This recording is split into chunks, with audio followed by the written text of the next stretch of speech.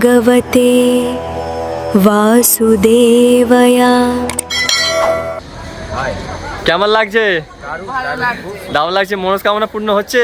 অবশ্যই। পুজো দিয়েছেন? কাঠমান্ডু থেকে 10 কিলোমিটার দূরে এসে পৌঁছালাম পাহাড়ি ঘেরা একটা জায়গা, যেটা হলো বুড়া নীলকণ্ঠ।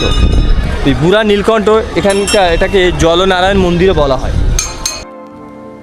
শহর থেকে মাত্র 8 থেকে 10 কিলোমিটার দূরে পাহাড় আর সবুজের মাঝে এই মন্দির যেন শান্তির এক আলাদা জগৎ।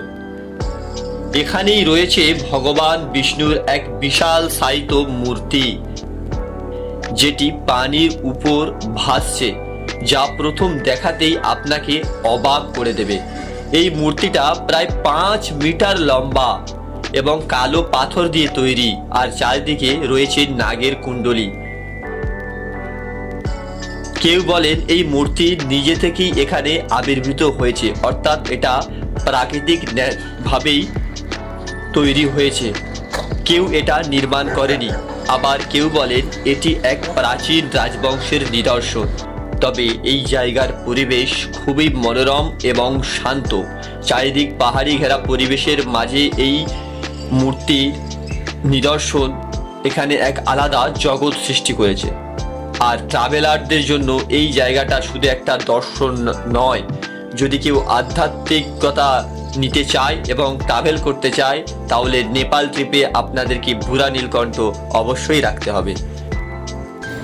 এর ভিতরে আপনারা গিয়ে পুজো দিতে পারবেন এবং যে মূর্তি দেখছেন তার একেবারে পায়ের কাছ পর্যন্ত আপনারা যেতে পারবেন।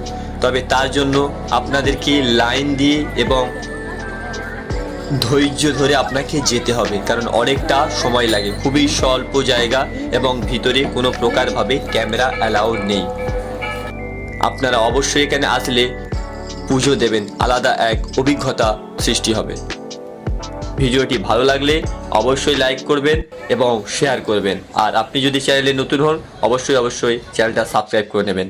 দেখা হচ্ছে আবার দ্বিতীয় ভিডিওতে।